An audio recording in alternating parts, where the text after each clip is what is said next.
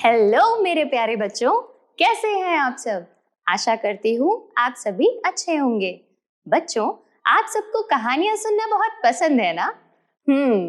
मुझे पता है, तभी तो मैं आज आपके लिए एक बहुत ही रोचक कहानी लेकर आई हूँ। बच्चों, यह कहानी कक्षा 5 की पाठ्य पुस्तक वाटिका से ली गई है, जिसका शीर्षक है मेरी शिक्षा। इस कहानी से बच्चों आपको बहुत कुछ सीखने को मिलेगा। तो आइए शुरू करते हैं। कहानी शुरू करने से पहले बच्चों इस चित्र को ध्यान से देखिए और पहचानिए ये किसका चित्र है। पहचानिए पहचानिए। बिल्कुल सही जवाब, ये डॉक्टर राजेंद्र प्रसाद जी हैं। आइए इनके बारे में थोड़ा सा जानते हैं, क्योंकि यह कहानी इन्हीं के जीवन पर आधारित है। डॉक्टर राजेंद्र प्रसाद जी हमारे भारत देश के प्रथम राष्ट्रपति थे। इनका जन्म 3 दिसंबर 1884 ईस्वी में हुआ था। वे एक बहुत ही अच्छे वक्ता, यानी बहुत ही अच्छा बोलने वाले, भाषण देने वाले, एक बहुत ही अच्छे प्रशासक, यानी कि अच्छे नेतृत्व की क्षमता रखने वाले एवं साहित्य प्रेमी थे। बच्चों, साहित्य प्रेमी इसलिए क्योंकि उन्हें तरह तरह की किताबें पढ़ना और लिखना बहुत पसंद था। इनका निधन 28 फरवरी 1963 ईस्वी में हुआ।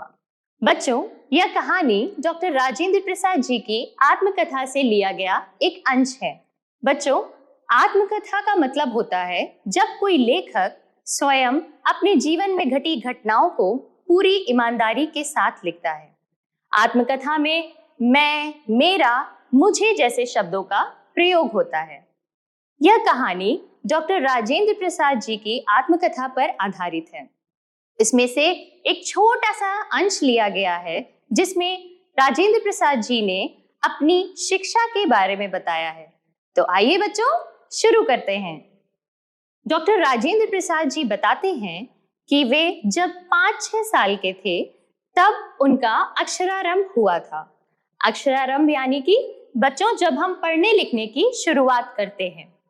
जब उनका अक्षरारंभ हुआ तब खूब मिठाइयां बांटी गईं, खूब जश्न मनाया गया। और पता है बच्चों, उनका अक्षरारंभ मौलवी साहब जी ने करवाया था। डॉक्टर राजेंद्र प्रसाद जी ने अपने 2 चचेरे भाइयों के साथ शिक्षा ग्रहण करी। उनमें से जो सबसे बड़े थे उनका नाम था यमुना प्रसाद जी। आइए बच्चों, डॉक्टर राजेंद्र प्रसाद जी अपने प्रथम गुरु यानी कि मौलवी साहब के बारे में कुछ बातें बता रहे हैं। तो आइए जानते हैं कि उनका व्यवहार कैसा था। बच्चों, राजेंद्र प्रसाद जी बताते हैं कि उनके जो प्रथम गुरु थे यानी कि मौलवी साहब, वे बहुत बड़ी बड़ी बातें किया करते थे। उनका दावा था कि वे बहुत कुछ जानते हैं। उनका एक दावा यह भी था कि वे शतरंज खेलना बहुत अच्छे से जानते हैं। राजेंद्र प्रसाद जी के एक चचा भी थे। बच्चों, चचा किन्हें कहते हैं? पिताजी के जो छोटे भाई होते हैं उन्हें चाचा कहा जाता है।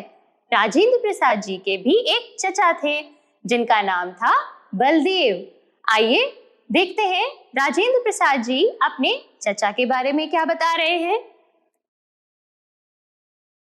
राजेंद्र प्रसाद जी के चचा बलदेव बहुत ही मजाक पसंद इंसान थे। बच्चों, उन्हें हंसी मजाक करना बहुत पसंद था। इसके साथ ही वे बहुत गुणी भी थे। उनमें बहुत से गुण थे, जैसे कि वे बंदूक चलाना जानते थे, गुलेल चलाना जानते थे, घुड़सवारी जानते थे और बच्चों पता है उन्हें तो फारसी का भी ज्ञान था। साथ ही साथ उन्हें शतरंज खेलना भी बहुत अच्छे से आता था। चचा बलदेव मौलवी साहब को बात बात पर उकसाते थे। बच्चों, उनसे बहुत हंसी मजाक करते थे और मौलवी साहब का तो व्यवहार ही था कि वे कुछ न जानते हुए भी बहुत सी बातें जानने का दावा करते थे। इन सब हंसी मजाक में डॉक्टर राजेंद्र प्रसाद जी एवं उनके चचेरे भाई पड़े रहते थे और पढ़ाई पर ध्यान न दे पाते थे। दिन बीतते गए और मौलवी साहब चले गए। मौलवी साहब के जाने के बाद दूसरे मौलवी साहब बुलाए गए।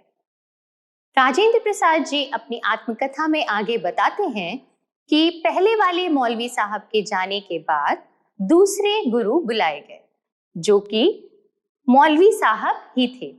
आइए अब राजेंद्र प्रसाद जी अपने दूसरे गुरु के बारे में क्या-क्या बातें बताते हैं, जानते हैं।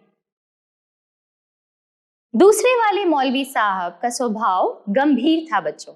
वे ज्यादा हंसी मजाक नहीं करते थे, ना ही ज्यादा बातों पर अपना दावा रखते थे। वे अनुशासन प्रिय थे। उन्हें अनुशासन में रहना और बच्चों को अनुशासन में रखना पसंद था। उनके हर काम का एक समय तय था। वे वास्तव में एक अच्छे शिक्षक थे बच्चों। राजेंद्र प्रसाद जी अपनी आत्मकथा में बताते हैं कि वे और उनके चचेरे भाई सुबह सुबह मौलवी साहब की कोठरी पर जाते थे। वहां रखे तख्त पोश पर बैठकर पढ़ाई करते थे। राजेंद्र प्रसाद जी बताते हैं कि मौलवी साहब एक सबक सुनने के बाद नया सबक पढ़ाते थे और उसे याद करने को भी देते थे। लिखने का काम लकड़ी की तख्ती पर होता था बच्चों। इस चित्र को ध्यान से देखिए, ये लकड़ी की तख्ती है बच्चों।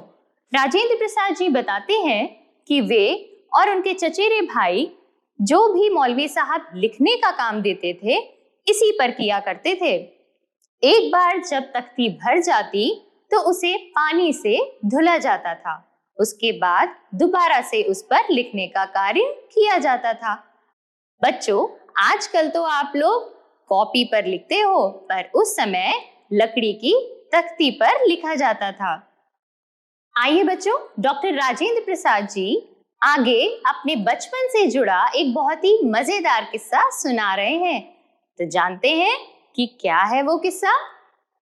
राजेंद्र प्रसाद जी बताते हैं कि मौलवी साहब देर शाम तक पढ़ाते रहते थे और जैसे जैसे शाम होती उनको एवं उनके चचेरे भाइयों को नींद आने लगती थी, लेकिन मौलवी साहब छुट्टी ना देते थे।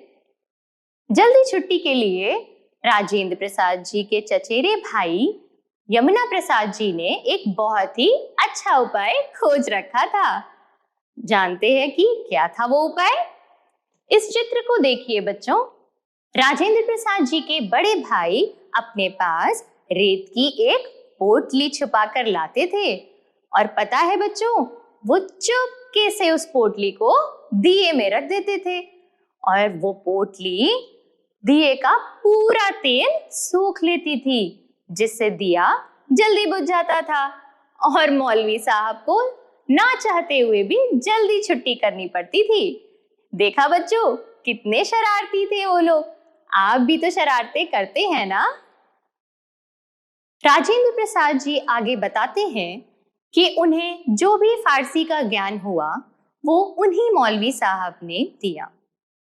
फारसी के अलावा अन्य भाषाएं जैसे कि अंग्रेजी सीखने व पढ़ने के लिए राजेंद्र प्रसाद जी व उनके चचेरे भाइयों को छपरा जाना पड़ा। उनके जाने से मौलवी साहब बहुत दुखी हुए। साथ ही साथ राजेंद्र प्रसाद जी व उनके चचेरे भाइयों को भी बहुत दुख हुआ। तो बच्चों, आइए देखते हैं कि हमने इस कहानी से क्या-क्या बातें सीखी हैं। सबसे पहली बात, हमें झूठे दावे नहीं करने चाहिए। बच्चों, जैसा कि आपने देखा कि पहले वाले मौलवी साहब बहुत सी बातों पर अपना दावा करते थे और चचा बलदेव उनके इसी व्यवहार के कारण उनसे खूब हंसी मजाक किया करते थे। वे कहीं ना कहीं इस स्वभाव के कारण खुद ही मजाक के पात्र बन गए थे। इसलिए बच्चों, हमें कभी भी झूठे दावे या बड़ी बड़ी बातें नहीं करनी चाहिए। दूसरी बात हमने यह सीखी बच्चों कि पढ़ाई के साथ खेल भी बहुत जरूरी होता है, जिसका ध्यान दूसरे मौलवी साहब ने बहुत अच्छे से रखा था। उन्होंने बच्चों को पढ़ाने के साथ साथ खेलने का भी समय तय कर रखा था। साथ ही बच्चों, हमने सीखा कि शिक्षा ग्रहण करते समय अनुशासित रहना बहुत जरूरी होता है। अब आइए बच्चों, पाठ में आए हुए कुछ शब्दों का अर्थ जानते हैं। प्रचलित। प्रचलित शब्द का अर्थ होता है जो चलन में हो। जो चीज चलन में होती है बच्चों, उसे हम प्रचलित कहते हैं। दूसरा है प्रथा। प्रथा का अर्थ होता है रीति रिवाज। बिस्मिल्लाह। बिस्मिल्लाह का अर्थ होता है किसी चीज की शुरुआत करना या किसी चीज का शुभारंभ करना। सुपुर्द। जब हम किसी को कोई चीज सौंपते हैं तो उसे सुपुर्द करना कहते हैं। तो बच्चों, सुपुर्द शब्द का अर्थ होता है सौंपना। कौतूहल। कौतूहल शब्द का अर्थ होता है इच्छा या जिज्ञासा। बच्चों, इस पाठ को पढ़ने के बाद अब आपके लिए एक छोटा सा काम। आपको अपने विद्यालय से जुड़ी हुई कोई रोचक घटना लिखनी है और साथ ही साथ बच्चों, उसे लिखने के बाद अपने शिक्षक से साझा करना ना भूलिएगा। आशा करती हूँ आप सबको यह कहानी बहुत पसंद आई होगी। जल्दी फिर से मुलाकात होगी बच्चों। तब तक के लिए धन्यवाद।